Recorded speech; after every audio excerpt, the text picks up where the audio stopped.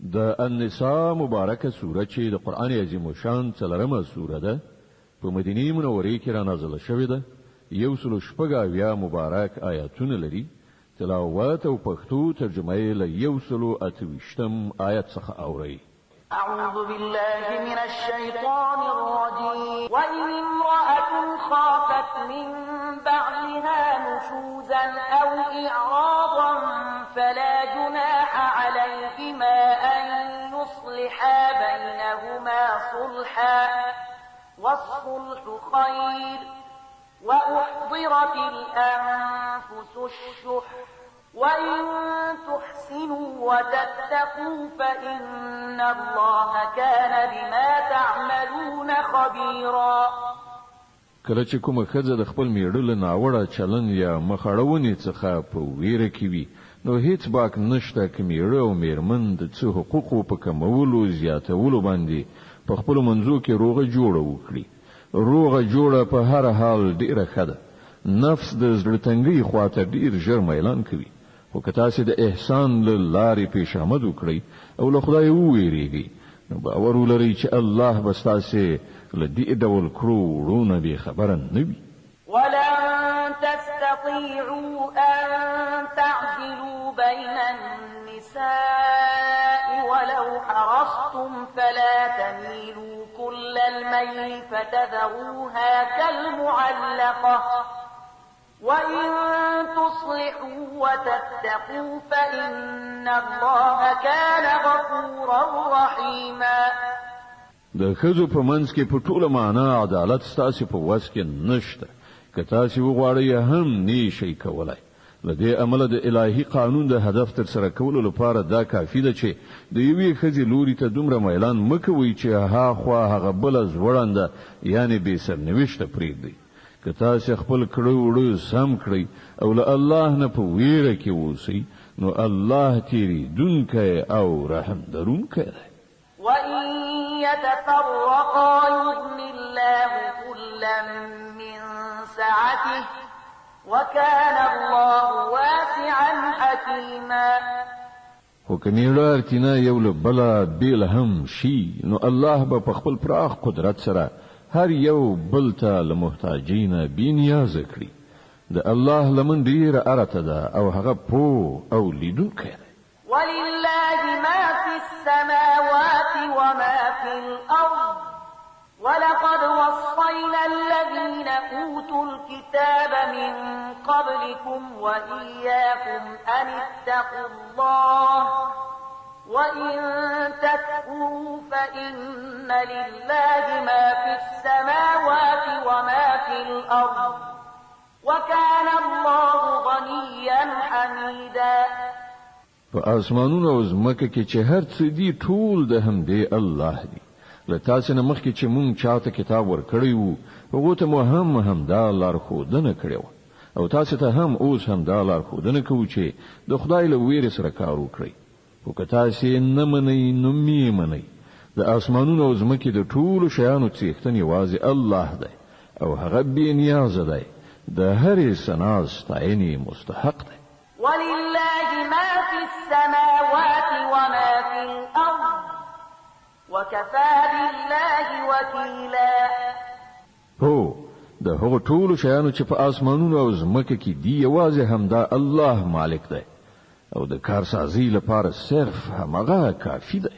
إن يشأ يذهبكم أيها الناس ويأتي بآخرين وكان الله على ذلك قديرا. که هغه وغواړي نو تاسو به ایسته کړي او تاسو پر ځای به نور خلک راولي او هغه په دې پوره برلاسه دی.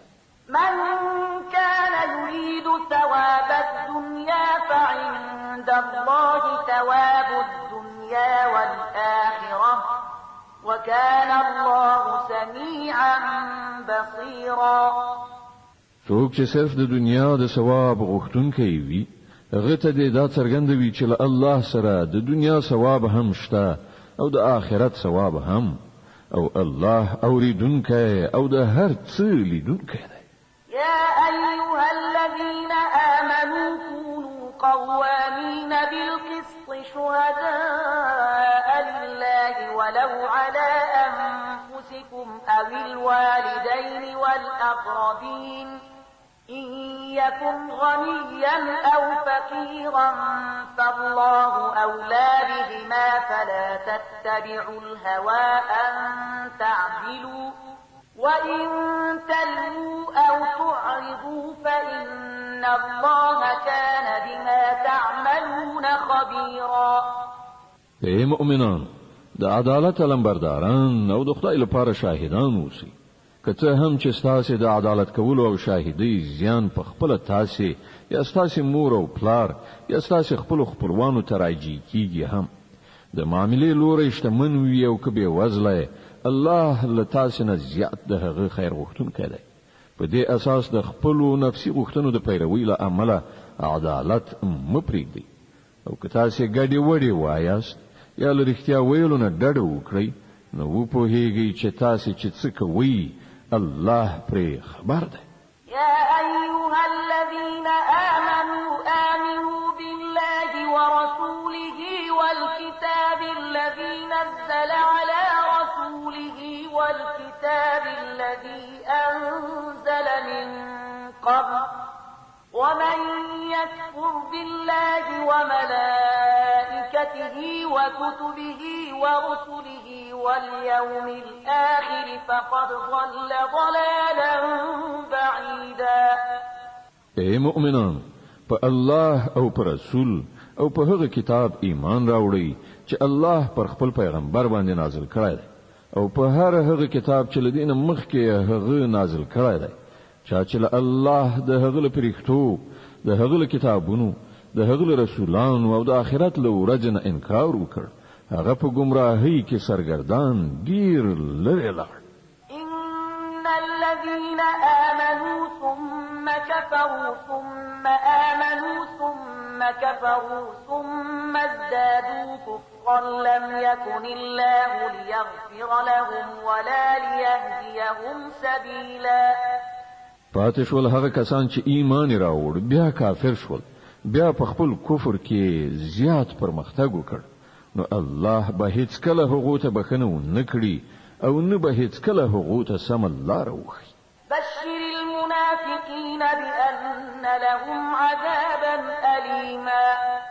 او کوم منافقان چې مؤمنان پرېږدي له کافرانو سره ملګرتیا کوي، هغو ته دا زیری واوروه چې د هغو لپاره دردناکه سزا تیاره ده. الذين يتخذون الكافرين أولياء من دون المؤمنين أيبتغون عندهم العزة فإن العزة لله جميعا. ایا دا خلک د عزت لاسته راوړلو لپاره هغو ته ورځي؟ په داسې حال کې چې هر راز عزت یوازې د الله لپاره دی. وقد نزل عليكم في الكتاب أن إذا سمعتم آيات الله يكفر بها ويستهزأ بها فلا تقعدوا معهم حتى يخوضوا في حديث غيره إنكم إذا مثلهم إن الله جامع المنافقين والكافرين في جهنم جميعا. الله په دې کتاب کې تاسو ته پخوا امر کړی دی چې په هر ځای کې واورئ چې د الله د آیاتونو څخه انکار کیږي او مسخري ورپورې کیږي، هلته مه کښېنئ تر هغه چې خلک په کومه بله خبره کې مصروف شي. اوس که تاسې داسې کوئ نو تاسې هم د هغو په څیر یاست. باور ولرئ چې الله منافقان او کافران په دوزخ کې یو ځای راغونډوي. الذين يتربصون بكم فإن كان لكم فتح من الله قالوا ألم نكن معكم وإن كان للكافرين نصيب قالوا ألم نستحوذ عليكم ونمنعكم من المؤمنين فالله يحكم بينكم يوم القيامة ولن يجعل الله للكافرين على المؤمنين سبيلا. دا کافران ستا په باب انتظار باسي، که د الله له لوري برای ستا په برخه شي نو را به شي وبوایي آیا مونږ له تا سره نه وو؟ که د کافرانو په لدر نشي نو هغه ته به وایي چې آیا مونږ دا نشو کولای چې ستاسو پر خلاف وجنګیږو او سره لدی هم مونږ تاسو له مسلمانانو څخه وساتلای خنو الله بستاسي او د هغو معاملې د آخرت په ورځ فیصله کړي او په دې فیصله کې الله د کافرانو لپاره پر مسلمانانو باندې د برلاسي کېدو هیڅ کوم لار نه د جوړه کړي. ان المنافقين يخادعون الله وهو خادعهم واذا قاموا الى الصلاه قاموا كسالى يراءون الناس ولا يذكرون الله الا قليلا مذبذبين بين ذلك لا إلى هؤلاء ولا إلى هؤلاء ومن يضلل الله فلن تجد له سبيلا. دا منافقان له الله سره د غلونې کار کوي په داسې حال کې چې په حقیقت کې الله غوي په غلیدنه کې غرزولي دي. کله چې دوی لمانځه ته پاتېږي نو صرف خلکو ته د خودنې لپاره په بې میلۍ سره پاتېږي او خدای ډیر لږ یادوي. د کفر او اسلام په منځ کې حیران او زړه نازړه دي، نه پورا دی خواته دي نه پورا ها خواته. څوک چې خدای گمراه کړی وي هغه ته کوم لار نشي موندلای. يا أيها الذين آمنوا لا تتخذوا الكافرين أولياء من دون المؤمنين أتريدون أن تجعلوا لله عليكم سلطانا مبينا. اے مؤمنان، د مؤمنانو په ځای له کافرانو سره ملګرتیا مه کوئ. آیا تاسو غواړئ چې الله ته د ځان په خلاف څرګند سند ورکړئ؟ إن المنافقين في الدرك الأسفل من النار ولن تجد لهم نصيرا. باور ولرئ چې منافقان به د دوزخ تر ټولو لاندنۍ طبقې ته لاړ شي او ته به هیڅوک د هغوی مرستندوی ونه مومي. إلا الذين تابوا وأصلحوا واعتصموا بالله وأخلصوا دينهم لله فأولئك مع المؤمنين وسوف يؤتي الله المؤمنين أجرا عظيما. البته له هغو څخه چې کوم کسان توبه وباسي او خپل کړه سم کړي او د الله لمن ونیسي او خپل دین د الله لپاره خالص وګرځوي داسې خلک له مؤمنانو سره دي او الله به مؤمنانو ته ارومرو لوی ثواب ور په برخه کړي. ما يفعل الله بعذابكم إن شكرتم وآمنتم وكان الله شاكرا عليما. که تاسو شکر کوونکي بندگان اوسئ او د ایمان لار غوره کړئ نو د خدای په دې کې څه دي چې ارومرو دې سزا درکړي. الله ډیر قدردان او د ټولو په حال خبر دی. لا يحب الله الجهر بالسوء من القول إلا من ظلم وكان الله سميعا عليما. الله دا نه خوښوي چې انسان په بده وینا خوله پرانیزي مګر دا چې په یو چا ظلم شوی وي او الله دا هر څه اوریدونکی او په هر څه پوهیدونکی دی. النساء چې د قرآن عظیم شان څلورمه سوره ده په مدینه منوره کې را نازله شوې ده. 106 آیاتونه لري. تلاوت او پښتو ترجمه تاسو له 109 آیت څخه اورئ. إن تبدوا خيرا أو تخفوه أو تعفوا عن سوء فإن الله كان عفوا قديرا.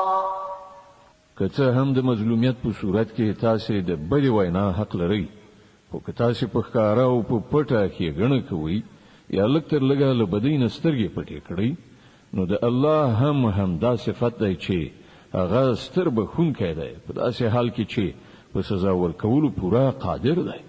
إن الذين يكفرون بالله ورسله ويريدون أن يفرقوا بين الله ورسله ويقولون نؤمن ببعض ونكفر ببعض ويقولون نؤمن ببعض ونكفر ببعض ويريدون أن يتخذوا بين ذلك سبيلا أولئك هم الكافرون حقا وأعتدنا للكافرين عذابا مهينا. کوم خلق چې په الله او د هغه په پیغمبرانو کافر کیږي او غواړي چې د خدای او د هغه د پیغمبرانو په منځ کې توپیر وکړي او وایي چې مونږ به ځینې ومنو او ځینې به ونه منو او د کفر او ایمان په منځ کې د یوې لارې د ویستلو اراده لري، هغوی ټول پاخه کافران دي او د داسې کافرانو لپاره مونږ هغه عذاب تیار کړی چې د هغو رسوا کوونکی او سپکوونکی به وي. والذين آمنوا بالله ورسله ولم يفرقوا بين أحد منهم أولئك سوف يؤتيهم أجورهم وكان الله غفورا رحيما. د دې پر خلاف کوم کسان چې الله او د هغه ټول پیغمبران ومني او د هغو ترمنځ توپیر ونه کړي، هغو ته به مونږ رومرو د هغو ثواب ورکړو او الله ډیر لوی تیریدونکی او رحم کوونکی دی. يسألك أهل الكتاب أن تنزل عليهم كتابا من السماء فقد سألوا موسى أكبر من ذلك فقالوا أرنا الله جهرة فأخذتهم الصاعقة بظلمهم ثم اتخذوا العجل من بعد ما جاءتهم البينات فعفونا عن ذلك وآتينا موسى سلطانا مبينا. دا اهل کتاب کنن له تا څخه غوښتنه کوي چې له اسمان څخه کومه لیکنه پر هغو نازله کړه، نو له دې نه ډېرې غټې مجرمانه غوښتنې دوی مخکې له موسی څخه کړي. هغه ته دوی ویلي و چې مونږ ته په څرګند ډول خدای راوښیه او د همدې سرکشي له امله په ناڅاپي توګه پرې تندر رالوېدلی. بیا دوی خوسکای خپل معبود ونیو په داسې حال کې چې دوی ښکاره څرګندې نښې نښانې لیدلې وي. د هغې له پاسه هم مونږ له دې ورتیر شو او مونږ موسی ته ښکاره فرمان یعنی غلبه ورکړه. ورفعنا فوقهم الطور بميثاقهم وقلنا لهم ادخلوا الباب سجدا وقلنا لهم لا تعدوا في السبت وأخذنا منهم ميثاقا غليظا. او په دې خلکو مو د تور غر راپورته کړل، اینه مو د هغه فرمان د اطاعت وعده واخیستله. مونږ دوی ته امر وکړ چې په دروازه کې سجده کوونکي نه نوځي. مونږ دوی ته وویل چې د شنبې په ورځ د کبانو په ښکار سره تیری مه کوئ او په هغه باندې مونږ له دوی نه کلکه وعده واخیستله.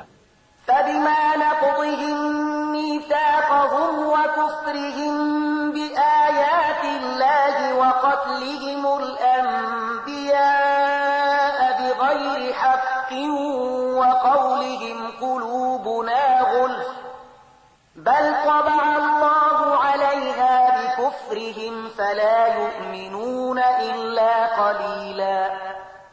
په پای کې د دوی د وعدې ماتولو له امله او له دې کبله چې دوی د الله آیاتونه دروغ وګڼل او یو شمیر پیغمبران په ناحقه ووژل او تر دې پورې وویل چې زموږ زړونه پوښل شوي دي، په داسې حال کې چې په حقیقت کې د دوی د باطل پرستیو په سبب الله د دوی په زړونو مهر لګولی دی او له همدې امله دوی ډیر لږ ایمان راوړي.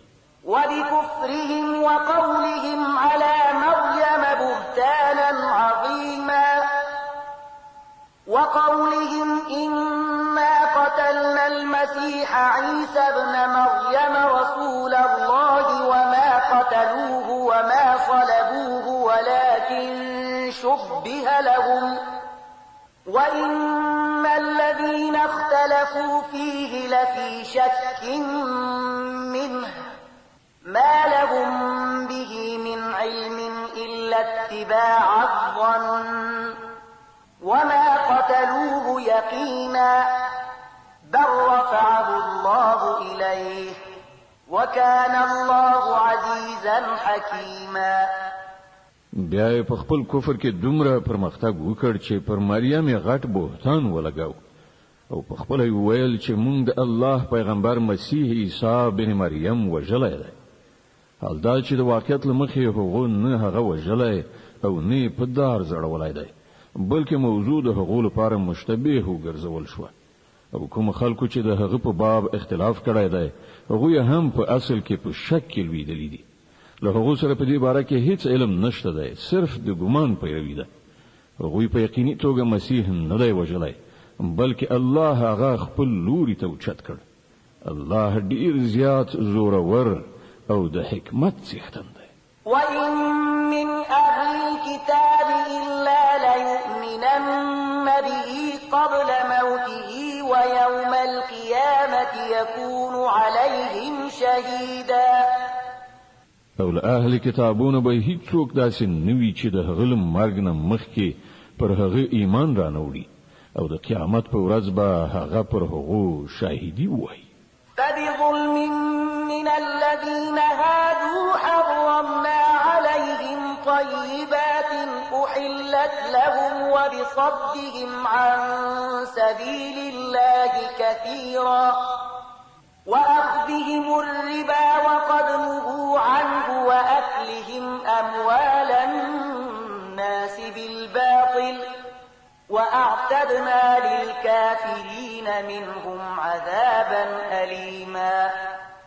لنډه دا چې د دې يهودي ګرځیدونکو د همدې ظالمانه چارچلن پر اساس او په دې اساس چې دوی د خدای له لارې څخه ډیر زیات منکول کوي او سود اخلي چې له هغه نه دوی منکړای شوی او په ناروا توګه د خلکو مالونه خوري.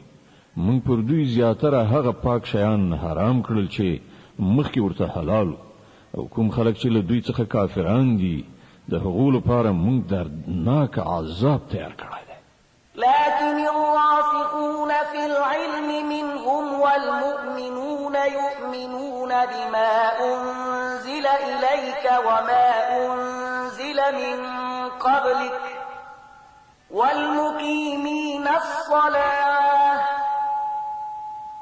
والمؤتون الزكاة والمؤمنون بالله واليوم الآخر أولئك سنؤتيهم أجرا عظيما.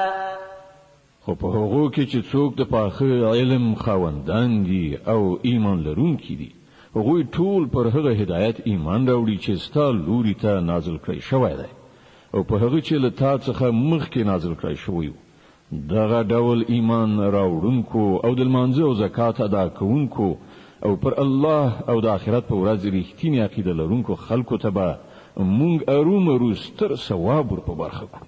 إنا أوحينا إليك كما أوحينا إلى نوح والنبيين من بعده وأوحينا إلى إبراهيم وإسماعيل وإسحاق ويعقوب وأوحينا إلى إبراهيم وإسماعيل وإسحاق ويعقوب والأسباط وعيسى وأيوب ويونس وهارون وسليمان وآتينا داود زبورا. اے محمد صلی الله علیه وسلم مونږ ته په همغه شان وحی لګلې ده لکه چې نوح علی السلام او له هغه وروسته پیغمبرانو ته ملګلې و. مونږ ابراهیم علی السلام، اسماعیل علی السلام، اسحاق علی السلام، یعقوب علی السلام، د یعقوب علی السلام زوجات عیسی علی السلام، ایوب علی السلام، یونس علی السلام، هارون علی السلام او سلیمان علی السلام ته وحی ولېګله.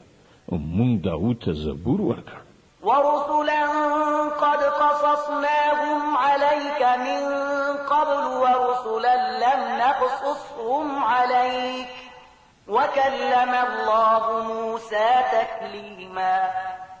مونږ پر هغو پیغمبرانو هم وحی نازل کړی چې د هغو یادونه مولدین مخکې تا ته کړی ده او پر هغو پیغمبرانو هم چې د هغو یادونه مو تا ته نه ده کړی. مونږ له موسی علی السلام سره داسې خبرې کړې دي لکه څنګه چې خبرې کیږي. رسلا مبشرين ومنذرين لئلا يكون للناس على الله حجة بعد الرسل وكان الله عزيزا حكيما. دا ټول پیغمبران زیری ورکوونکي او ویرونکي لیږل شوي وو تر څو چې د هغو له پیغمبر کولو نه وروسته له خلکو سره د الله په مقابله کې څه سند پاتې نشي او الله په هر حال غالبیدونکی او حکیم او د پوهې څښتن دی. لكن الله يشهد بما أنزل إليك أنزله بعلمه والملائكة يشهدون وكفى بالله شهيدا. که خلک نه مني نو نه دي مني خو الله شاهدي وهي چې څه چې هغه پر تا نازل کړی دي په خپل علم سره نازل کړی دي او پر دې پرختیا هم شاهدان دي که څه هم چې د الله شاهد کېدل بیخي کفایت کوي. إن الذين كفروا وصدوا عن سبيل الله قد ضلوا ضلالا بعيدا. کوم خلک چې د دې منلو څخه هم په خپل منکريږي او هم نور د خدای له لارې نه منکوي هغوی په یقیني توګه له حق نه ډیر لري په گمراهۍ کې لویدلي. إن الذين كفروا وظلموا لم يكن الله ليغفر لهم ولا ليهديهم طريقا إلا طريق جهنم خالدين فيها أبدا وكان ذلك على الله يسيرا. په همدې ډول کوم کسانو چې د کفر او سرغړونې لاره غوره کړه او ظلم او تیری ته املا وتړله الله به هیڅ کله هغوی ته بخښنه ونه کړي او هغوی ته به د دوزخ له لارې پرته بله لاره ونه ښیي چې هلته به هغوی تل اوسېدونکي وي. د الله لپاره دا څه ګرانه خبره نه ده. يا أيها الناس قد جاءكم الرسول بالحق من ربكم فآمنوا خيرا لكم وإن تكفروا فإن لله ما في السماوات والأرض وكان الله عليما حكيما. اے خلکو دا پیغمبر تاسو ته ستاسو د رب لوري له حق سره درغلی دی. ایمان راوړئ همدا ستاسو لپاره ډیره ښه ده او کوي نه منئ او پوهیږئ چې په اسمانونو او ځمکه کې چې هر څه دي ټول د الله دي او الله هم د علم خاوند دی او هم د حکمت. يا أهل الكتاب لا تغلوا في دينكم ولا تقولوا على الله إلا الحق إنما المسيح عيسى ابن مريم رسول الله وكلمته ألقاها إلى مريم وروح منه فآمنوا بالله ورسله ولا تقولوا ثلاثة انتهوا خيرا لكم إنما الله إله واحد سبحانه أن يكون له ولد له ما في السماوات وما في الأرض وكفى بالله وكيلا. اے اهل کتابو په خپل دین کې افراط مکوئ او الله تعالی حق پرته بل هیڅ خبره مو منسوبوي. مسیح عیسی بن مریم لدی پرته چې د الله یو پیغمبر او یو فرمانو نور څه نو چې الله مریم ته ولېږه او د الله له لوري یو روح چې د مریم پر رحم کې د ماشوم بڼه غوړه کړه. نو تاسو په الله او د هغه په پیغمبرانو ایمان راوړئ او مو وایي چې خدای درې دي. منشي دا هم دا ستاسو لپاره ډیره ښه ده. الله خو صرف همدا یو الله دی. هغه له دین لوړ دی چې کوم څوک د هغه زوی اوسي. د اسمانونو او ځمکې ټول شیان د هغه ملکیت دی او د هغو د ساتنې څارنې لپاره یوازې هماغه کافي دی. لن يستنكف المسيح أن يكون عبدا لله ولا الملائكة المقربون ومن يستنكف عن عبادته ويستكبر فسيحشرهم إليه جميعا مسیح هیڅکله دا خبره شرم نه ګڼي چې هغه د الله یو بنده اوسي او نه مقرب فرښتې دا خبره د ځان لپاره شرم ګڼي. که څوک د الله بندگی د ځان لپاره شرم ګڼي او لویی کوي نو یو وخت به راشي چې الله ټول را ایثار کړي خپل مخې ته ودروي. فأما الذين آمنوا وعملوا الصالحات فيوفيهم أجورهم ويزيدهم من فضله وأما الذين استنكفوا واستكبروا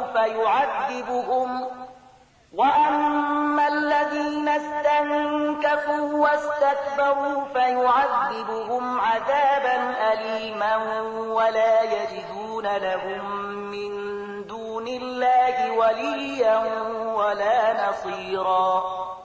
په هغه وخت کې به هغه خلک چې ایمان راوړای دی نیک عمل غوړه کړی دی خپل ثوابونه به پوره بشپړ ومومي او الله به د خپل لورین لمخې هغه ته زیات اجر ور په برخه کړي. او کوم خلکو چې بندگی شرم ګڼلې او لوی کړي ده هغه ته به الله دردناک عذاب ورکړي او له الله نه پرته چې هغه د هر چا په ساتنه پالنه او مرسته ډاډه دي له هغه نه به هیڅوک هغه حالت ونه مومي. يا أيها الناس قد جاءكم برهان من ربكم وأنزلنا إليكم نورا مبينا. فأما الذين آمنوا بالله واعتصموا به فسيدخلهم في رحمة منه وفضل ويهديهم إليه صراطا مستقيما. اے خلکو ستاسو د رب لوري تاسو ته روښانه دلیل راغلی دی او موږ ستاسو لوري ته داسې روښنايي درلېږلې ده چې تاسو ته په ښکاره څرګنده لارښوونکې ده. اوس چې کوم کسان د الله خبره ومني او د هغه د پناه په لټه کې شي الله به هغوی ته د خپل رحمت او د خپل پیرزوینې او مهرباني په لمن کې ځای ورکړي او خپل لوري ته دراتک به ورته سم لار وښي. يستفتونك قل الله يفتيكم في الكلالة إن امرؤ هلك ليس له ولد وله أخت فلها نصف ما ترك وهو يرثها إن لم يكن لها ولد فإن كانت اثنتين فلهما الثلثان مما ترك وإن كانوا إخوة رجالا ونساء فللذكر مثل حظ الأنثيين يبين الله لكم أن تضلوا والله بكل شيء عليم. خلق له تاسو څخه د کلاله په باب فتوا غواړي ووایه الله تاسو ته فتوا درکوي که څوک بیا اولاد عمري او د هغه یو خور وي نو هغه به د هغه نیمایي ترکه واخلي او که خور بیا اولاد عمري نو ورور به د هغه وارث وي. که د مړي وارثان دوه خويندې وي نو هغوی به د ترکې له دریو نه د دوو برخو حقداري وي او که ډیر ورونه خويندې وي نو د هر نارینه به د هرې ښځې په تناسب دوه چنده برخه وي. الله تاسو ته حکمونه تشریح کوي تر څو چې تاسو لار ورکې نشئ او الله په هر شي پوه دی. المائده چې د قران عظیم شان 15مه سوره ده په مدینه منوره کې را نازله شوې ده 120 آیاتونه لري. تلاوت او پښتو ترجمه تاسو له لومړي آیت څخه اورئ. بسم الله الرحمن الرحیم. د الله په نوم چې ډیر زیات مهربان پورا رحم لرونکی دی. يا أيها الذين آمنوا أوفوا بالعقود أحلت لكم بهيمة الأنعام إلا ما يتلى عليكم غير محل الصيد وأنتم حرم إن الله يحكم ما يريد. اے مؤمنانو د بندیزونو پورا مراعات وکړئ. ستاسو لپاره د څارویو ټول ډولونه حلال وګرځول شول پرته له هغو چې وړاندې به تاسو ته وښودل شي خو د احرام په حال کې ښکار کول ځان ته مه روا کوئ بېشکه الله چې څه غواړي حکم کوي. يا أيها الذين آمنوا لا تحلوا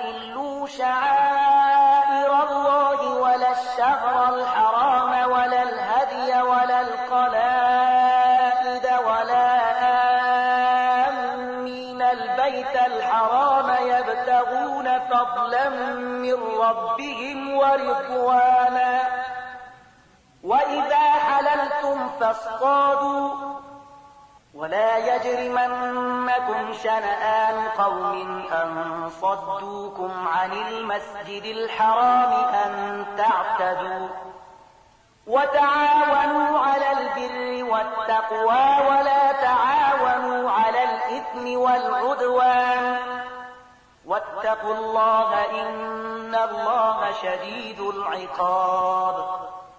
اے مؤمنان، د خدای پالنې د نخو نښانو بې حرمتي مه کوئ. مه له حرامو میاشتو نه کومه یوه حلالوئ، مه د قربانۍ څارویو ته لاس غځوئ، مه هغو څارویو ته لاس وروړئ چې د هغو په غاړو کې خدای ته د نذراني په توګه پټۍ اچول شوي وي. مه هغه خلک ځوروئ چې د خپل رب د فضل او د هغه د خوشحالۍ په لټه کې د کعبې د محترم کور په لوري ځي. هو، کله چې د احرام حالت ایستی شي نو تاسې ښکار کولی شئ او ګورئ یوې ډلې چې ستاسې لپاره د مسجد حرام لاره بنده کړې ده، نو پر هغې باندې ستاسې غصه دې تاسې دومره توجن نه کړي، یعنی دې ته مو نه هڅوي چې تاسې هم د هغو په خلاف په ناروا تیریو لاس پورې کړئ. نه، کوم کارونه چې د نیکۍ او خدای پالنې دي په هغو کې له ټولو سره مرسته وکړئ، او کوم کارونه چې د ګناه او تیری دي په هغو کې د هیچا ملاتړ مه کوئ. له الله نه وویریږئ، د هغه عذاب ډیر سخت دی. حرمت عليكم الميتة والدم ولحم الخنزير وما أهل لغير الله به والمنخنقة والموقوذة والمتردية والنطيحة وما أكل السبع إلا ما ذكيتم وما ذبح على النصب وأن تستقسموا بالأزلام ذلكم فسق.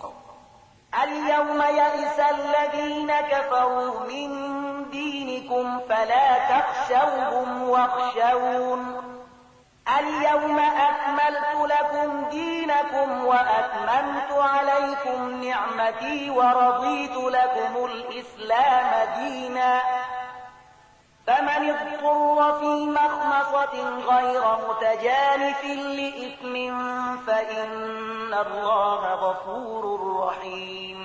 پر تاسې حرام کړی شوه مرداره، یعنی د خپل مړ شوي څاروي غوښه او وینه، د خوک غوښه، هغه څاروی چې له خدای پرته د کوم بل چا په نوم ذبح کړی شوی وي، هغه چې په ستوني خفه کېدو، په زخمی کېدو یا له لوړې نه په راغورځېدو مړ شوی وي، یا هغه چې کوم ځناور چیرې کړی وي پرته له هغه چې تاسې هغه ژوندی موندلی او ذبح کړی وي، او هغه څاروی چې د کوم چا په دربار کې ذبح کړی شوی وي.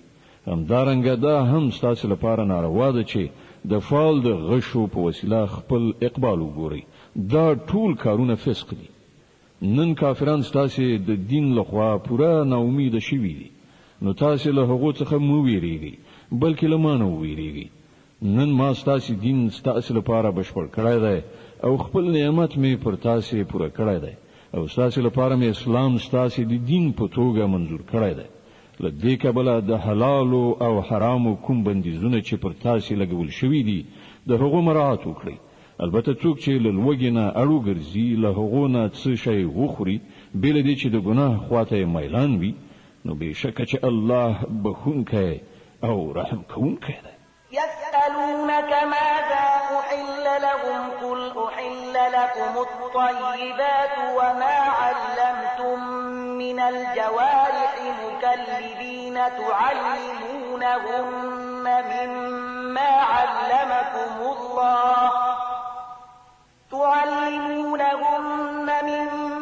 علمكم الله فكلوا مما أمسكن عليكم واذكروا اسم الله عليه واتقوا الله إن الله سريع الحساب. خلق پوښتنه کوي چې هغه ته څه شی حلال کړای شوی دي، وایي تاسو ته ټول پاک شیان حلال کړای شوی دي، او کوم ښکاري ځناور چې تاسو یې مخته کړی وي هغه ته مو د خدای درکړي علم په اساس د ښکار تعلیم ورکړی وي. هغه ځناور چې کوم شی تاسو لپاره ونیسي د هغه خوراک هم تاسو ته روا ده، البته پر هغه باندې د الله نوم واخلي او د الله د قانون د ماتولو نه ویریږي د الله په حساب اخیستنه کې څه ځن نه راځي. اليوم أحل لكم الطيبات وطعام الذين أوتوا الكتاب حل لكم وطعامكم حل لهم والمحصنات من المؤمنات والمحصنات من الذين أوتوا الكتاب من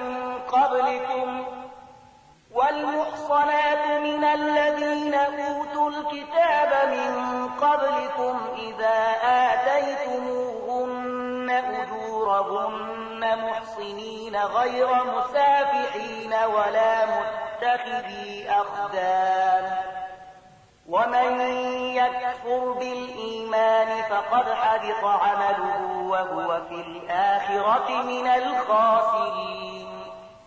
نن ستاسو لپاره ټول پاک شیان حلال کړی شوي دي. د اهل کتابو خواړه ستاسو لپاره حلال دي او ستاسو خواړه د هغو لپاره حلال دي.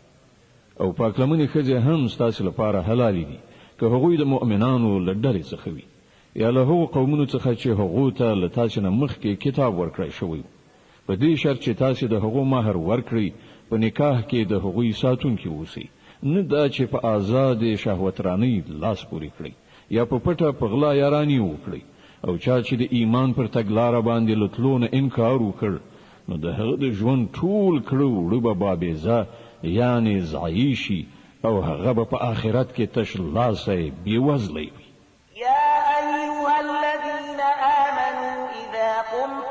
إلى الصلاة فاغسلوا وجوهكم وأيديكم إلى المرافق وامسحوا برؤوسكم وأرجلكم إلى الكعبين وإن كنتم جنبا فاطهروا وإن كنتم مرضى أو على سفر أو جاء أحد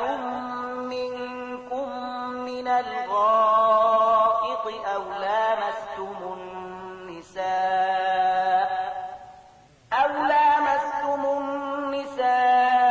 فلم تجدوا ماء فتيمموا صعيدا طيبا فامسحوا بوجوهكم وأيديكم منه ما يريد الله ليجعل عليكم من حرج ولكن يريد ليطهركم وليتم نعمته عليكم لعلكم تشكرون. اے مؤمنان، کله چې تاسو د لمانځلو لپاره پاڅېږئ نو باید چې خپل مخونه او لاسونه تر څنګلو پورې ووینځئ، په سرونو باندې لاسونه راکاږئ او پښې تر پنډکیو پورې ووینځئ. که د جنابت په حال کې یاست نو په لمبلو یعنی غسل ځان پاک کړئ. که ناروغان یا مسافر یاست یا له تاسو نه کوم څوک له حاجت پوره کولو نه راشي یا تاسو په ښځو لاس لګولی وي او اوبو نه مومئ نو له پاکې خاورې نه کار واخلئ، پر هغې لاسونه ووهئ، په خپلو مخونو او لاسونو باندې راکاږئ. الله نه غواړي چې ژوند در باندې تنګ کړي، خو هغه غواړي چې تاسو سوتره کړي او خپل نعمت پر تاسو پوره کړي. ښایي چې تاسو شکر ایستونکي شئ. واذكروا نعمة الله عليكم وميثاقه الذي واثقكم به إذ قلتم سمعنا وأطعنا واتقوا الله إن الله عليم بذات الصدور. الله چې تاسو ته کوم نعمت درکړی دی هغه په یاد ساتئ او هغه پوخ لوز او تړون مه هېروئ چې له هغه سره تاسو کړی دی، یعنی ستاسو دا وینا چې مونږ واورېدل او اطاعت مو ومان، له الله نه وویریږئ. الله ان د زړونو په رازونو پوهیږي. يا أيها الذين آمنوا كونوا قوامين لله شهداء بالقسط ولا يجرمنكم شنآن قوم على ألا تعدلوا اعدلوا هو أقرب للتقوى واتقوا الله إن الله خبير بما تعملون. اے مؤمنان، د الله لپاره پرختین ولی ولاړ او د عادل شاهدان اوسئ.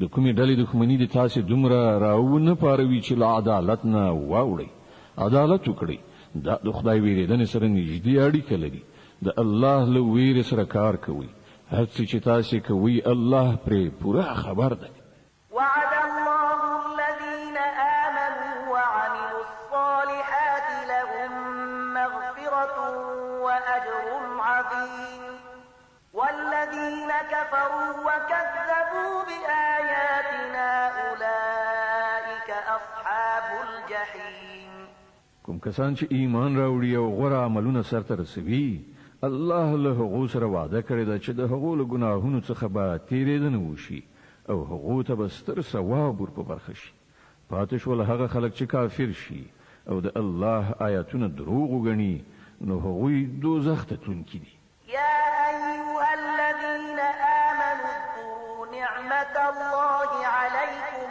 إذ هم قوم أن يبسطوا إليكم أيديهم فكف أيديهم عنكم واتقوا الله وعلى الله فليتوكل المؤمنون اے مؤمنان د الله هغه احسان در یاد کړئ چې هغه پر تاسو کړای دی چې یوې ډلې تاسو ته د لاس غځونې اراده کړې و خو الله پر تاسو باندې د هغو لاسونه پورته کولو ته پرې نه ښودل د الله نه په ویریدو کار کوونکي اوسئ د ایمان خاوندان باید په الله باندې ډاډ وي ولقد أخذ الله ميثاق بني إسرائيل وبعثنا منهم 12 نقيبا وقال الله إني معكم لئن أقمتم الصلاة وآتيتم الزكاة وآمنتم برسلي وعزرتموهم وأقرضتم الله قرضا حسنا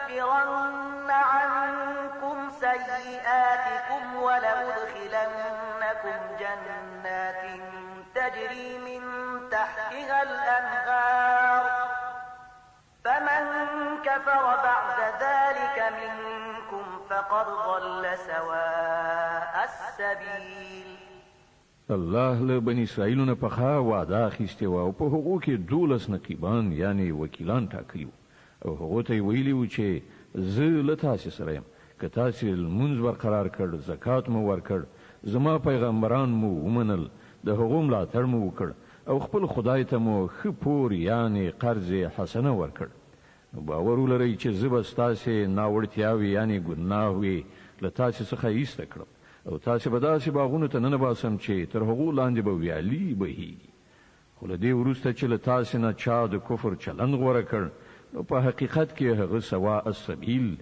یعنی سم لاره ورکه کړه فبما نقضهم ميثاقهم لعناهم وجعلنا قلوبهم قاسية يحرفون الكلم عن مواضعه ونسوا حظا مما ذكروا به ولا تزال تطلع على خائنة منهم إلا قليلا منهم فاعف عنهم واصفح إن الله يحب المحسنين بیا دا د حقوق خپل وعده ماتولو چې د هغې له امله موږ هغوی له خپل رحمت څخه لرې وغورځول او د هغو زړونه مو سخت کړل اوس د هغو حال دا دی چې الفاظ سرچپه اړوي له یو ډول خبرې نه بل ډول خبره جوړوي کومه ښوونه چې هغو ته شوې وه د هغو زیاته برخه یې هیره کړې ده او هره ورځ تاسو ته د هغو یو نه یو خیانت څرګندېږي له هغو څخه ډېر لږ کسان له دې عیب څخه ژغورل شوي دي نو کله چې دغه حالت رسیدلی دي نو چې هر ډول بدعملي وکړي د همغه هیله ورڅخه کیږي نو له دې عمله هغوی ته بخښنه وکړه او د هغو له حرکتونو څخه سترګې پټوونکی اوسه الله هغه خلق خوښوي چې د احسان چارچلند لري ومن الذين قالوا إنا نصارى أخذنا ميثاقهم فنسوا حظا مما ذكروا به فأغرينا بينهم العداوة والبغضاء إلى يوم القيامة سوف ينبئهم الله بما كانوا يصنعون. په همدې ډول موږ له هغو خلکو څخه هم پخه وعده اخیستې وه چې هغه ویلي وو چې موږ نصارای خو هغه ته هم چې کوم درس ورکړای شوی وو د هغه زیاته برخه هغه هېره کړه. په پای کې موږ د هغو په منځ کې تر قیامت پورې د دښمنۍ او په خپلو کې د تاو تریخوالي تخم وکړ او ارومرو به یو وخت راشي چې الله هغه ته وښیي چې هغوی په دنیا کې څه جوړ کړي دي. يا أهل الكتاب قد جاءكم رسولنا يبين لكم كثيرا مما كنتم تخفون من الكتاب ويعفو عن كثير قد جاءكم من الله نور وكتاب مبين يهدي به الله من اتبع رضوانه سبل السلام ويخرجهم من الظلمات إلى النور بإذنه ويهديهم إلى صراط مستقيم. اهل کتابو زمون پیغمبر تاسو ته راغلی دی چې تاسو ته د الهي کتاب زیاتره هغه خبرې لوڅوي یعنی برملا کوي چې تاسو ور باندې پرده غوړوله او له ډیرو خبرونو درتیریږي هم. تاسو ته د الله له لوري روښنايي راغلی ده او یو داسې حق خوښونکی کتاب چې د هغه په وسیله الله تعالی هغو خلکو ته چې د هغه د رضا غوښتونکي دي د سلامتیا لارې ښیي او په خپل امر سره هغوی له ترږمیو څخه راباسي د رڼا لوري ته یې راولي او د سمې لارې په لوري د هغو رهبري کوي. لقد كفر الذين قالوا إن الله هو المسيح ابن مريم قل فمن يملك من الله شيئا إن أراد أن يهلك المسيح ابن مريم وأمه ومن في الأرض جميعا ولله ملك السماوات والأرض وما بينهما يخلق ما يشاء والله على كل شيء قدير. هغه کسان په یقیني توګه کافر شول چې وی ویل همدا مسیح بن مریم خدای دی. ای محمد دوی ته وایي چې خدای وغواړي چې مسیح بن مریم د هغه مور او د ځمکې ټول اوسیدونکي هلاک کړي نو څوک کولی شي چې هغه له دغه ارادې نه منع کړی شي؟ الله خود ځمکې او د اسمانونو او د ټولو هغو شیانو څښتن دی چې د ځمکې او اسمانونو په منځ کې میندل کیږي. هر څه چې غواړي هستوي او هغه په هر څه قادر دی.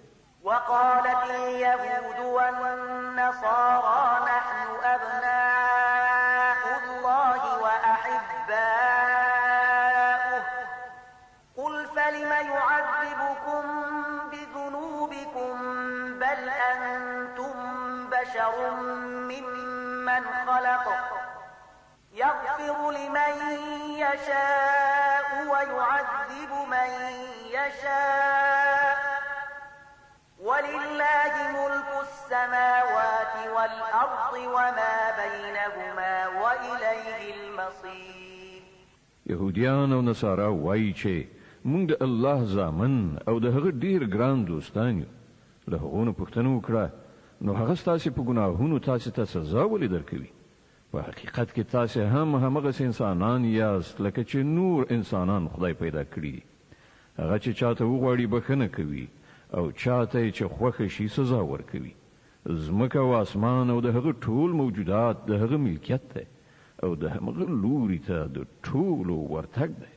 يا أهل الكتاب قد جاءكم رسولنا يبين لكم على فترة من الرسل أن تقولوا ما جاءنا من بشير ولا نذير فقد جاءكم بشير ونذير والله على كل شيء قدير.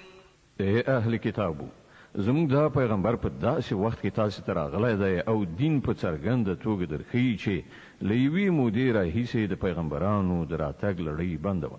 تر څو چې بیا تاسو دا ونه ویلای شي چې مونږ ته کوم زیری کوونکی او ویرونکی نه دی راغلی نو ګوري اوس هغه زیری کوونکی او ویرونکی راغی او الله په هر څه باندې برلاس دی. وَإِذْ قَالَ مُوسَى لِقَوْمِهِ يَا قَوْمِ اذْكُرُوا نِعْمَةَ اللَّهِ عَلَيْكُمْ إِذْ جَعَلَ فِيكُمْ أَنْبِيَاءَ وَجَعَلَكُمْ مُلُوكًا وَآتَاكُمْ مَا لَمْ يُؤْتِ أَحَدًا مِنَ الْعَالَمِينَ. په یاد ولرئ کله چې موسی خپل قوم ته ویلي و چې ای زما قومه د الله هغه نعمت در په زړه کړئ چې هغه تاسو ته در په برخه کړی و. هغه په تاسو کې پیغمبران پیدا کړل، تاسو فرمان روایان وګرځولئ او تاسو ته هغه څه درکړل چې په نړۍ کې هیڅ چاته نو ورکړي. يا قوم ادخلوا الأرض المقدسة التي كتب الله لكم ولا ترتدوا على أدباركم فتنقلبوا خاسرين. ای قومه هغه سپېڅلې ځمکې ته ننوځئ چې الله ستاسو لپاره لیکلې ده، پر شا مه اوړئ که نه نو ناکام او نامراده به وګرځئ. قالوا يا موسى إن فيها قوما جبارين وإنا لن ندخلها حتى يخرجوا منها فإن يخرجوا منها فإنا داخلون. وی په جواب کې وویل ای موسی هلته خو ډیر زورور خلک اوسېږي، موږ به هیڅکله هلته لاړ نشو تر څو چې هغوی له هغه ځایه ونه وځي. هو که هغوی ووتل نو موږ به د ورننوتلو لپاره چمتو یو. قال رجلان من الذين يخافون أنعم الله عليهم ادخلوا عليهم الباب فإذا دخلتموه فإنكم غالبون وعلى الله فتوكلوا إن كنتم مؤمنين. په هغو ویریدونکو کې دوه تنه داسې هم وو چې پر هغو باندې الله خپل نعمت پیرزو کړی. هغوی وویل چې د دې جبارانو د مقابلې لپاره له دروازې نه دننه ورشي. کله چې تاسو دننه ورسیږئ نو تاسو به برلاسي یاست. په الله ډاډه اوسئ که تاسو مؤمنان یئ. قالوا يا موسى إنا لن ندخلها أبدا ما داموا فيها فاذهب أنت وربك فقاتلا إنا هاهنا قاعدون. خو هغوی بیا هم دا وویل چې ای موسی مونږ خو به هلته هیڅکله ورنشو تر څو چې هغوی هلته وي. ته او ستا رب دواړه لاړ شئ او وجنګېږئ، مونږ دلته ناست یو. قال رب إني لا أملك إلا نفسي وأخي فافرق بيننا وبين القوم الفاسقين. موسی وویل ای زما پروردګاره زما په واک کې هیڅ نشته بې زما له خپل ځان او زما له ورور نه، نو ته مونږ له دغو سرکشانو څخه بیل کړه. قال فإنها محرمة عليهم 40 سنة يتيهون في الأرض فلا تأس على القوم الفاسقين. الله جواب ورکړ خنو هغه هیواد تر 40 کلونو پورې پر دوی حرام دی. دوی به په ځمکه کې لالهان د سرګردانه وګرځي. د دې سرکشانو په حالات اندېښمن کېږه مه. واتل عليهم نبأ ابني آدم بالحق إذ قربا قربانا فتقبل من أحدهما ولم يتقبل من الآخر قال لأقتلنك قال إنما يتقبل الله من المتقين. او لکشان دوی ته د آدم د دو زامنو قصه هم بشپړه واوروه. کله چې هغوی دواړو قرباني وکړه نو له هغو څخه د یو قرباني قبوله شوه او د بل قبوله نشوه. هغه وویل زه به تا ووژنم. هغه ځواب ورکړ الله خو یوازې د پرهیزګارانو نظرونه قبلوي. لئن بسطت إلي يدك لتقتلني ما أنا بباسط يدي إليك لأقتلك إني أخاف الله رب العالمين. که ته زما د وژلو لپاره لاس پورته کړې نو زه ستا د وژلو لپاره لاس نه پورته کوم. زه له رب العالمین څخه ویریږم. إني أريد أن تبوء بإثمي وإثمك فتكون من أصحاب النار وذلك جزاء الظالمين. زه غواړم چې زما او ستا خپله ګناه ستا پر غاړه شي او دوزخي شي. همدا د ظالمانو د ظلم وړ سزا ده. فطوعت له نفسه قتل أخيه فقتله فأصبح من الخاسرين. په پای کې د هغه نفس د خپل ورور وژل د هغه لپاره آسان کړل او هغه د هغه په وژلو د هغو خلکو له جملې څخه شو چې زیانکاران دي. فبعث الله غرابا يبحث في الأرض ليريه كيف يواري سوءة أخيه قال يا ويلتى أعجزت أن أكون مثل هذا الغراب فأواري سوءة أخي فأصبح من النادمين. بیا الله یو کارغی ولیږي چې د ځمکې په کیندلو یې لاس پورې کړ تر څو چې هغه ته وښیي چې د خپل ورور جسد څنګه پټه کړي. د دې کار په لیدلو هغه وویل افسوس پر ما د دې کارغه په څیر هم ونه شو کړای چې د خپل ورور د جسد د پټولو تدبیر مې کړی وای. له هغه وروسته په خپلو کړو ډیره پښیمانتیا وکړه. من أجل ذلك كتبنا على بني إسرائيل أنه من قتل نفسا بغير نفس أو فساد في الأرض فكأنما قتل الناس جميعا أنه من قتل نفسا بغير نفس أو فساد في الأرض فكأنما قتل الناس جميعا ومن أحياها فكأنما أحيا الناس جميعا ولقد جاءتهم رسلنا بالبينات ثم إن كثيرا منهم بعد ذلك في الأرض لمسرفون. له همدې امله مونږ پر بني اسرائیلو دا فرمان لیکلی و چې چا چې یو انسان د وینې له بدلې یا په ځمکه کې له فساد خورولو پرته په کوم بل علت وواژه داسې وګڼه لکه چې هغه ټول انسانان وژل او چا چې څوک له مرګه وژغوره داسې وګڼه لکه چې هغه ټول انسانانو ته ژوند وروباښه. خو د هغو حال دا دی چې هغو ته زموږ پیغمبران پر لپسې له روښانه څرګندو لارښودنو سره راغلل. سره له دې هم د هغو زیاتره کسان په ځمکه کې زیاتی کوونکي دي. إنما جزاء الذين يحاربون الله ورسوله ويسعون في الأرض فسادا أن يقتلوا أو يصلبوا أو تقطع أيديهم وأرجلهم من خلاف أو ينفوا من الأرض ذلك لهم خزي في الدنيا ولهم في الآخرة عذاب عظيم. کوم خلک چې الله او د هغه پیغمبر سره جنگي او په ځمکه کې د دې لپاره منډې تړي کوي چې فساد را ولاړ کړي د هغو سزا ده چې ووجل شي یا په دارو زړول شي یا د هغو لاسونه او پښې رد بدلې غوچې کړای شي یا له وطن وشړل شي. دا ذلت او سپکاوی خو د هغو لپاره په دنیا کې ده او په آخرت کې د هغو لپاره له دین لویه سزا ده. إلا الذين تابوا من قبل أن تقدروا عليهم فاعلموا أن الله غفور رحيم.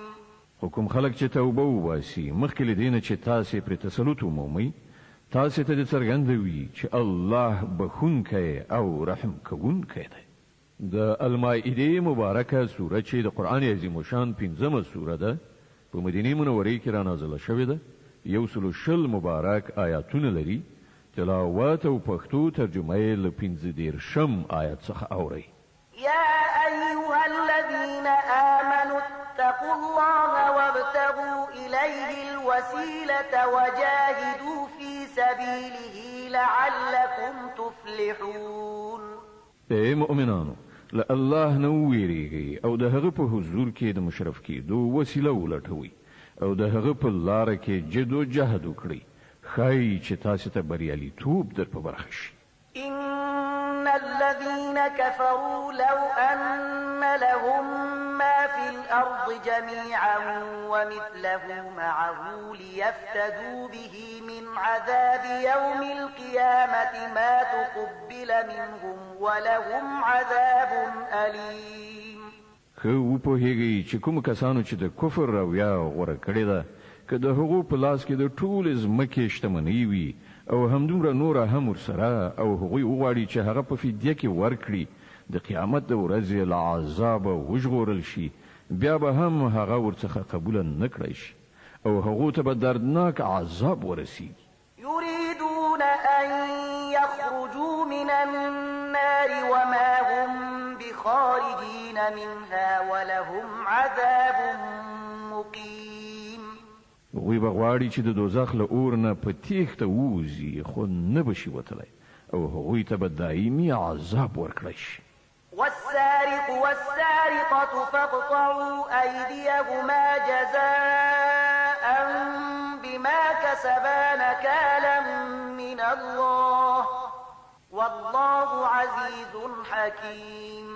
او غل که ښځه وي که نارینه د دواړو لاسونه پرې کړئ دا د هغو د خپلې ګټې بدله ده او د الله له لوري د عبرت وړ سزا. د الله قدرت پر ټولو غالب دی او هغه د پوهې او حکمت څښتن دی. فمن تاب من بعد ظلمه وأصلح فإن الله يتوب عليه إن الله غفور رحيم.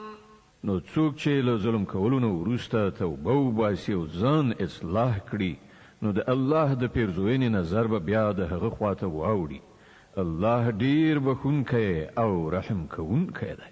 ألم تعلم أن الله له ملك السماوات والأرض يعذب من يشاء ويغفر لمن يشاء والله على كل شيء قدير.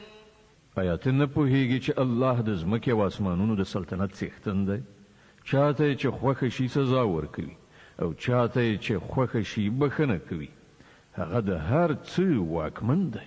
يا أيها الرسول لا يحزنك الذين يسارعون في الكفر من الذين قالوا آمنا بأفواههم ولم تؤمن قلوبهم ومن الذين هادوا سماعون للكذب سماعون لقوم آخرين لم يأتوك يحرفون الكلم من بعد مواضعه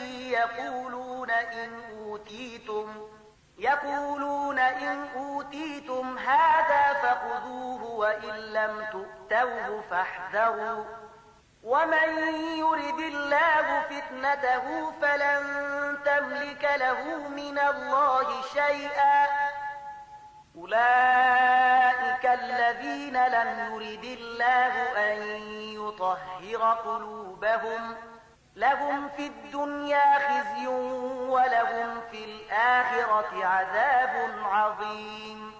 ای پیغمبره هغه خلک د ستاد زوریدو باعث نوي چې د کفر په لار کې چټک ګامونه اوچتوي که هغوی له هغو کسانو څخه وي چې په خوله وایي مونږ ایمان راوړی دی خو د زړه له کومې ایمان نه دی راوړی یا له هغو کسانو څخه وي چې یهودیان شوي دي چې د هغو حال دا دی چې د دروغو لپاره غوږ دي او د نورو خلکو لپاره چې تا ته هیڅ کله نه دي راغلي غوږ باسي ګرځي راګرځي سره له دې چې د کتاب الله د الفاظو صحیح ځایونه ټاکلي دي د هغو معناوې له یو ځای نه بل ځای ته اړوي رااړوي او خلکو ته وایي چې که تاسې ته دا حکم درکړ شي نو ویې منئ که نه نو مې منئ.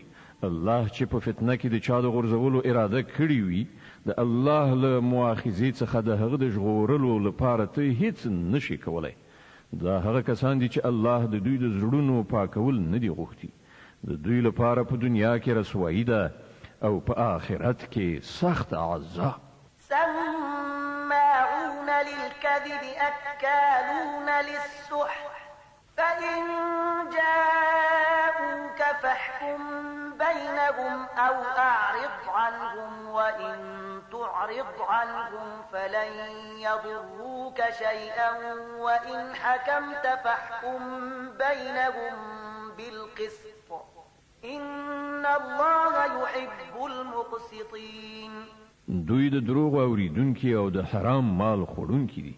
نو که دوی تاته د خپل دعوو په وړاندې کولو راشي نو تاته واک درکول کیږي که دې خوښه وي د هغو فیصله وکړه او که نه نو انکار وکړه. که انکار وکړې نو دوی تاته هیڅ زیان نشي رسولی او که فیصله کوي نو د عدالت په اساس وکړه چې الله عدالت کوونکي خوښوي. وكيف يحكمونك وعندهم التوراة فيها حكم الله ثم يتولون من بعد ذلك وما أولئك بالمؤمنين. او دوی ته څنګه فیصله کوونکی ټاکي چې له دوی سره تورات موجود دی په هغه کې د الله حکم لیکل شوی دی او سره له دې هم دوی ورڅخه مخ اړوي. اصلي خبره دا ده چې دا خلک له سره ایمان نه لري.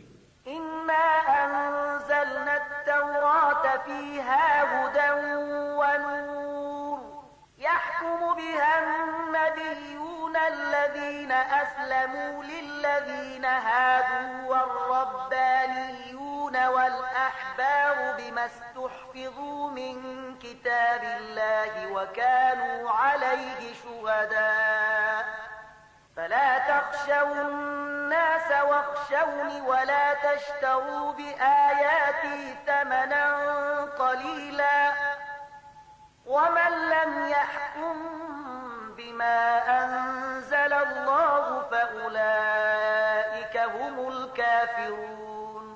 مونږ تورات نازل کړل چې په هغه کې لارښوونه او روښنايي وه. ټولو پیغمبرانو چې مسلمانانو د همغه سره سمې د دغو کسانو چارې چې يهوديان شوي وو فیصلې کولې او په همدې شان خدای پالونکو او احبارو یعنی رباني عالمانو هم د فیصلو مدار همغه ټاکلی ځکه چې هغوی ته د الله د کتاب د ساتنې مسؤلیت ور په غاړه شوی او پر هغه باندې هغوی شاهدان. نو اې د يهودو ډلې تاسو له خلکو نه مو ویریږئ بلکې له ما نه ویریږئ او د لګي لګي بدلی اخیستلو په مقابل کې زما د آیتونو پلورل پریږدي. کوم خلک چې د الله د نازل کړي قانون سره سمې فیصلې ونه کړي همغوی کافران دي.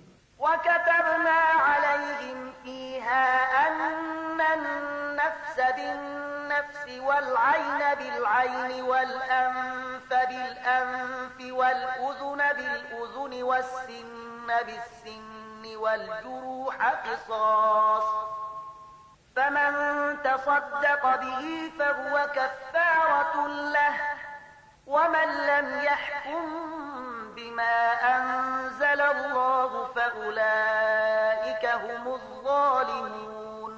په تورات کې مونږ پر يهوديانو دا حکم لیکلی و چې د نفس په بدل کې نفس، د سترګې په بدل کې سترګه، د پزې په بدل کې پزه، د غوږ په بدل کې غوږ، د غاښ په بدل کې غاښ او د ټولو زخمونو لپاره برابره بدله. نو که څوک قصاص صدقه کړي نو هغه د هغه لپاره کفاره ده او کوم خلک چې د الله د نازل کړي قانون سره سمه فیصله ونه کړي همغوی ظالمان دي. وقفينا على آثارهم بعيسى ابن مريم مصدقا لما بين يديه من التوراة وآتيناه الإنجيل فيه هدى ونور من التوراة وآتيناه الإنجيل فيه هدى ونور ومصدقا لما بين يديه من التوراة وهدى وموعظة للمتقين. بیا مونږ له هغو پیغمبرانو وروسته د مریم علیه السلام زوی عیسی علیه السلام ولیږه.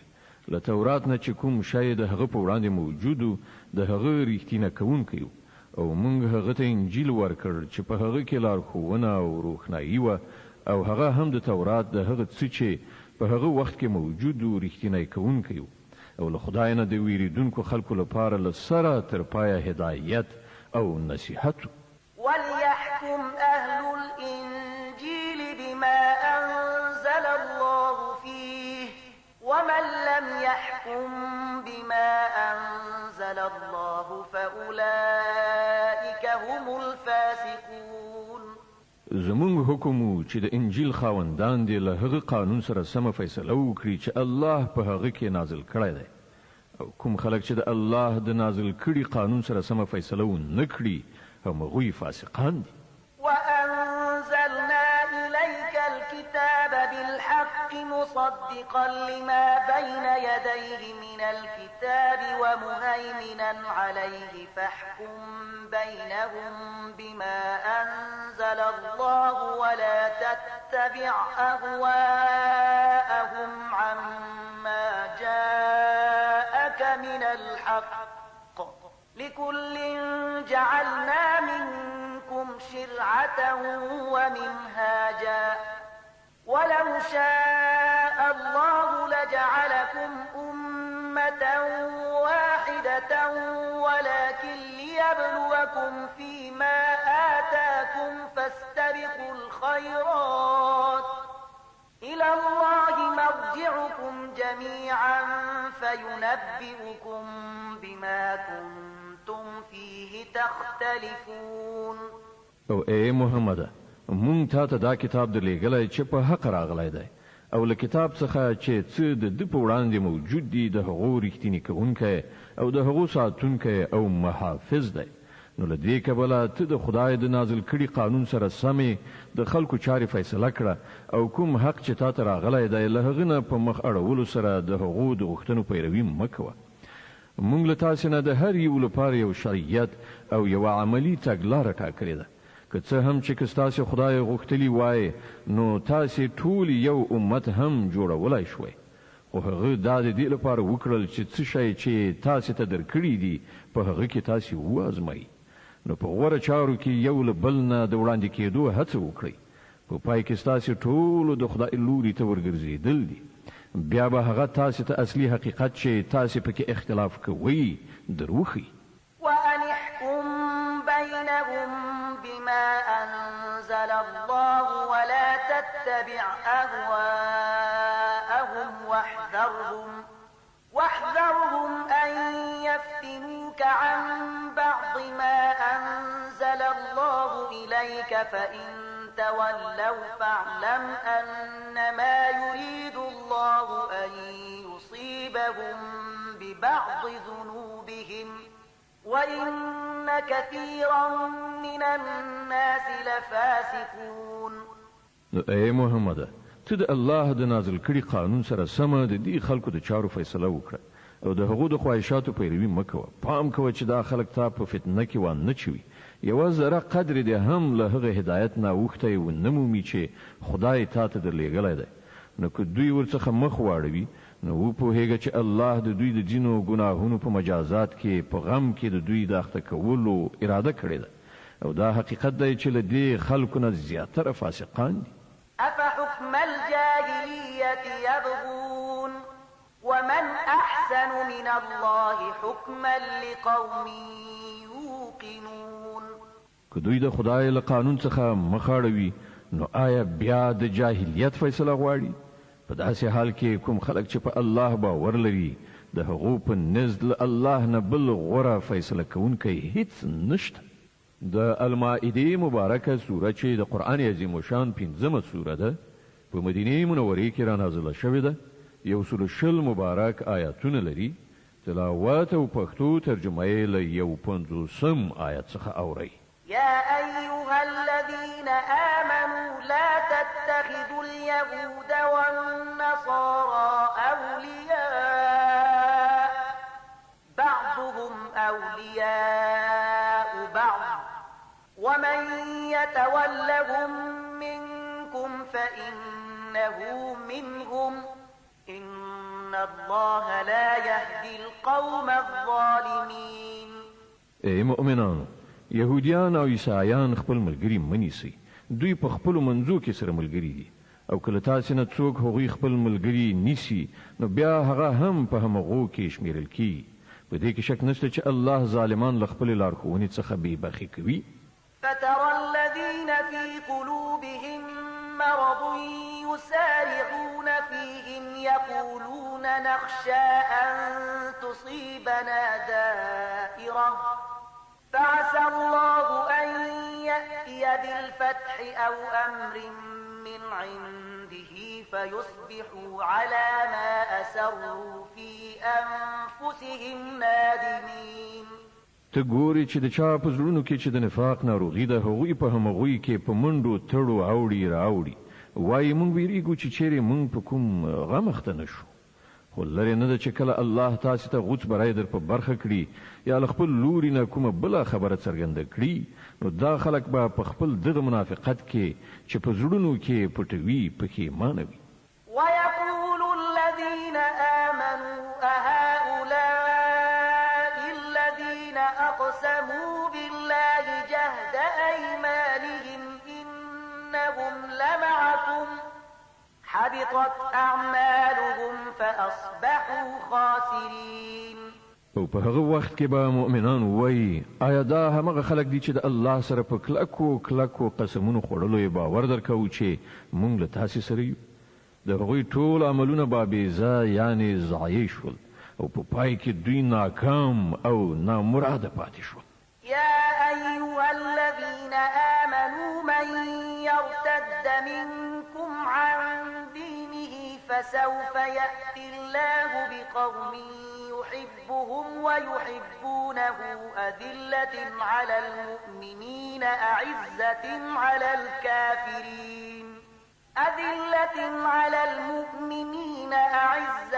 على الكافرين يجاهدون في سبيل الله ولا يخافون لومة لائم ذلك فضل الله يؤتيه من يشاء والله واسع عليم. اے مؤمنانو کله تاسې نه څوک له خپل دین نه واوړي نو وادي وړي الله به نور ډیر داسې خلک پیدا کړي چې الله ته ګران وي او الله هغوی ته ګران وي چې له مؤمنانو سره به نرمي کوي او پر کافرانو سختی چې د الله په لار کې به جد او جهد وکړي او د هیڅ ملامتونکي له پړې اچولو نه ونه ویریږي. دا د الله فضل دی چاته چې خوښه شي ور په برخه کوي.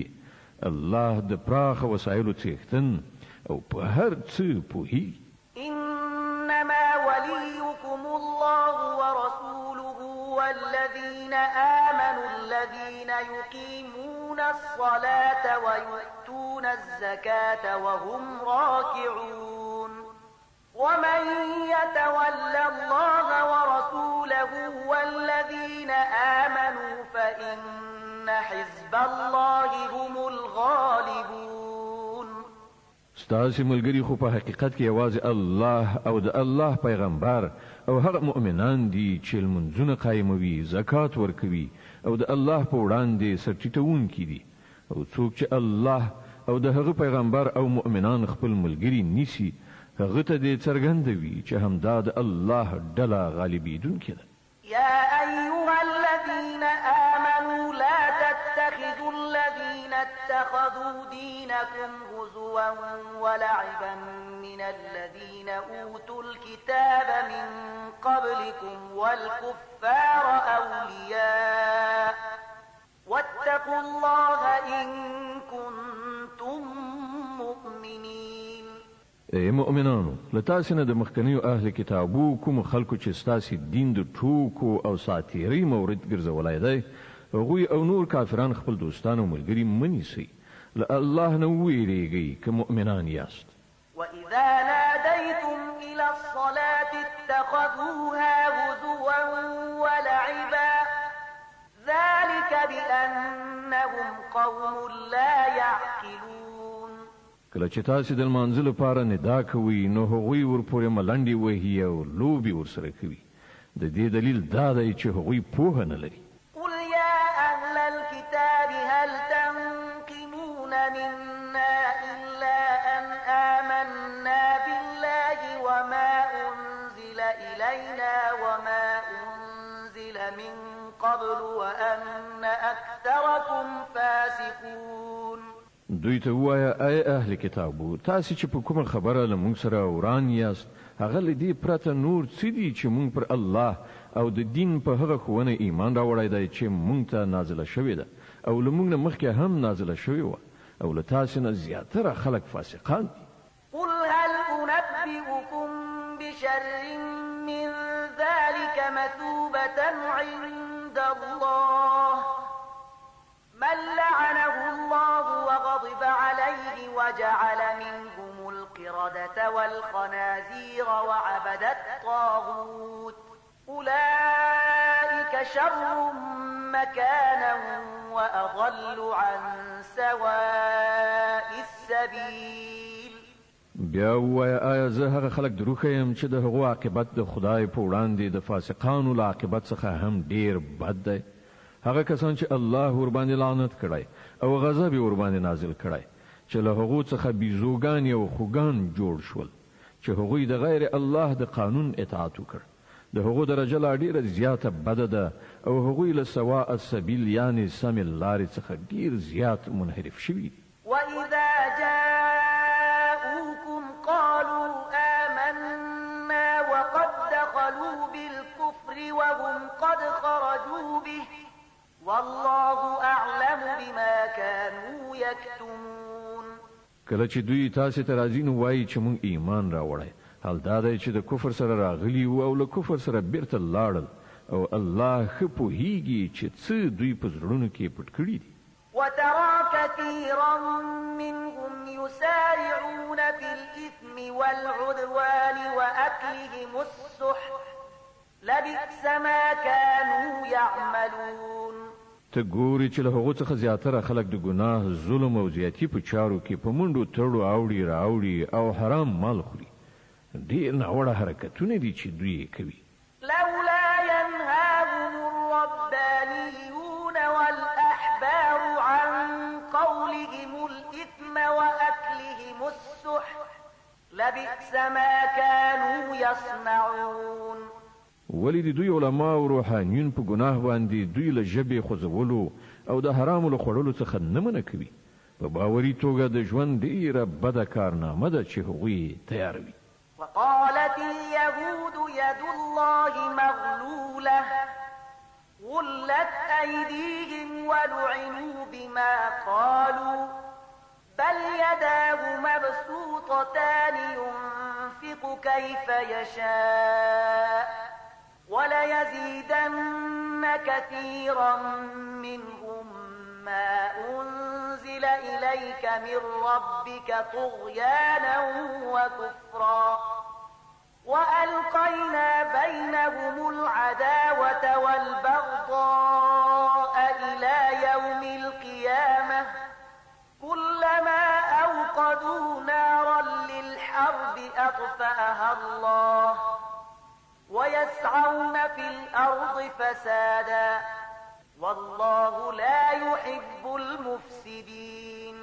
يهوديان وایي د الله لاس تړل شوی دی، و تړل شول د دوی لاسونه او پر دوی باندې لعنت ووري د دې بې ځایه ناوړه وینا په اساس چې دوی کوي. د الله لاسونه آزاد دي، څنګه چې خوښه شي لګښت کوي. حقیقت دا دی کوم کلام چې ستا د رب له لوري پر تا نازل شوی دی هغه برعکس له هغو څخه د زیاترو خلکو د سرکشۍ او باطل پرستۍ د زیاتوالي موجب ګرځېدلی دی او د دې په بدله کې موږ د هغو په منځ کې تر قیامته پورې عداوت او دښمني اچولې ده. کله چې دوی د جنگ اور په لمبو راولي الله هغه مړ کړي. دوی په ځمکه کې د فساد خورولو هڅه کوي خو الله فساد راوړونکي هیڅکله نه خوښوي.